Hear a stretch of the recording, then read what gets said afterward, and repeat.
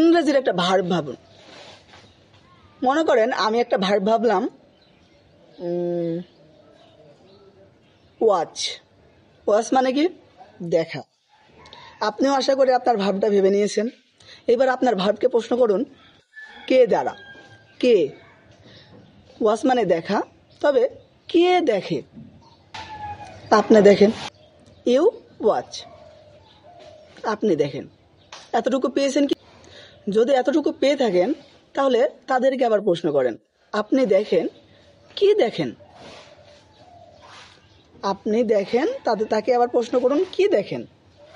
যদি লেখা হয় কি লেখেন? যদি যাওয়া হয় কোথায় যান? যদি দেখা হয় কি দেখেন? যদি খাওয়া হয় কি খান? যদি সাঁতার কাটা হয় তাহলে কোথায় সাঁতার কাটেন? ইউ ওয়াচ, আপনি দেখেন। আপনি কি দেখেন? আপনি আমার ভিডিও দেখেন। You watch my video. এই ভিডিওটা আপনার সেই বন্ধুকে বা সেই প্রিয় মানুষকে সেন্ড করেন যাকে আপনি ইংরেজি শেখাতে চান।